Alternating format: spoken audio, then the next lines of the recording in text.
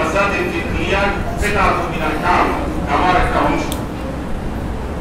রাসূল সাল্লাল্লাহু আলাইহি ওয়াসাল্লাম বলেছেন, মান বানা মসজিদান, যে একটা মসজিদ বানাইলো ফিল আরদে, এই পৃথিবীতে ধরাবে, বানাল্লাহু বাইতান, আল্লাহ তার জন্য একটা ঘর তৈরি করবেন ফিল জান্নাতে, জান্নাতে। বলেন আলহামদুলিল্লাহ। আলহামদুলিল্লাহ। আমি এই কথাই বলবো, এই মসজিদ তৈরির পিছনে যারা অর্থ দিয়েছেন সৌদি আরবে, গন্তব্যে যারা, তারা, আমি একজনের নাম আমি জানতাম, মাজেদ সাহেব, দেখেন এটার সাথে জড়িত ঠিক আছে, এরা সৌদি আরবের সাহেব মাজেদ সাহেব।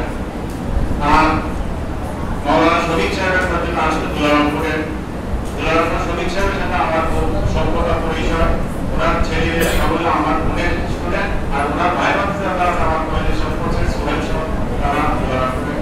সেই হিসেবে সভ্যতা ওনাকে আমি চিনি। ওরা বাঞ্ছারামপুর উপজেলা অনেকগুলি মসজিদ দিয়েছেন। মহান আল্লাহ তাআলা যেন মাওলানা শফিক সাহেবের হায়াতে তৈয়বা দান করেন, সকলে বলেন আমিন।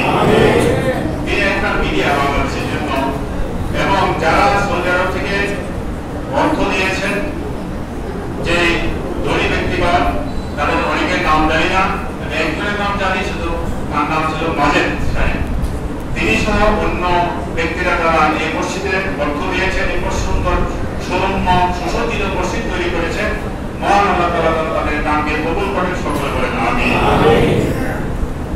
সম্মানিত মুসলিয়ানে কেরাম, মহান আল্লাহ তাআলা কোরআনে মসজিদকে দুই ভাগে ভাগ করেছেন, মসজিদান দারারান মাসসাদান লিল মুনাফিকিন ওয়া মসজিদান রাহমাতান ইবাদাতান লিন নাস খাসাতান। মসজিদ দুই প্রকারের পৃথিবীতে, একটা হলো রহমতের মসজিদ, যে মসজিদ হওয়ার পরে নিয়মিত নামাজ হবে, মুসল্লি হবে, মহল্লার সকল মুসল্লিরা মসজিদে আসবে, জামাতবদ্ধ হয়ে নামাজ পড়বে, এবং এই মসজিদকে বলা হয়েছে উসসিসা বিত তাকওয়া। এই মসজিদ তাকওয়ার উপরে ইনসাফের উপর প্রতিষ্ঠিত হয়েছে, এবং তার খাদ্য যা মুসলিম তা আছে।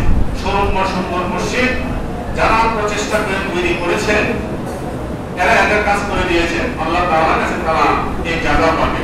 এখন দায়িত্ব হলো এই মহল্লার মানুষের, অনেক বড় দায়িত্ব চলে আসছে, এই মসজিদকে আবাদ করা এবং নিয়মিত মসজিদে আসা। আমি অনুরোধ জানাবো এই মহল্লাবাসীকে, আপনারা মসজিদে আসেন, পাঁচ ওয়াক্ত ইমামের পিছনে নামাজ পড়েন। আমি একটা বিষয় বলছি, খুব ভিতরের বিষয়, আপনাদের মসজিদ খুব পাহাড়ি মহল্লাবাসী, আমি এই বিষয়টা জানি। এত তাড়াতাড়ি এই মসজিদ নাম নেওয়ার পরে এই পর্যন্ত হয়ে যাবে, অবশ্যই আমার বিশ্বাস এই মহল্লার কোন কোন মানুষ মজলুম ছিল, অত্যাচারিত, নিপীড়িত ছিল এখানের মানুষ, যার কারণে তাদের ডাক আল্লাহ দ্রুত কবুল করেন। পৃথিবীতে সবচেয়ে বেশি, সবচেয়ে আগে আল্লাহ বলছেন, আমি মজলুমের কাছাকাছি থাকি, তার ডাক দ্রুত শুনি। তার এত তাড়াতাড়ি মসজিদ পাওয়ার আর হওয়ার কথা ছিল না। আমি মনে মনে বলি, অনেকের মসজিদের জন্য অনেক বছর ধরে চেষ্টা করা হয় না। নতুন হাতে দক্ষিণ পাড়া সহ এই মহল্লার মানুষই যাওয়া মাত্র যে পেয়ে গেছেন, এবং এই মসজিদ দ্রুত যে হয়েছে, আপনারা সেজদা দিয়া পাওয়ার আল্লাহর কাছে এই কথা বলবেন যে আল্লাহ তোমার কাছে শুকরিয়া, আলহামদুলিল্লাহ, যে এত তাড়াতাড়ি এত সুন্দর মসজিদ দিতে, যেটা কল্পনার বাইরে। যারা এই মহল্লার মানুষও অনেক কিছু জানেন না, আমার মনে হয় এই কাহিনী তাদের টাকার সাথে আমি বলছি, আমি কিছু জানি, এত তাড়াতাড়ি মসজিদ হওয়ার বিষয় না। এই মসজিদ এই পর্যন্ত আসছে, যারা করে দিয়েছে তাদেরকে ধন্যবাদ জানাবেন, তাদেরকে স্মরণ রাখবেন, এবং আজীবন আপনারা তাদের কাছে ঋণী। মহান আল্লাহ তাআলার কাছে শুকরিয়া জানায়, তার জন্য দোয়া করবেন। আচ্ছা, এরপরে আপনাদের ভিতরে মুসলিম চিন্তা চেতনায় সব মিলাইয়া মুসলিম সংস্কৃতি এগুলি নিয়ে আসবেন।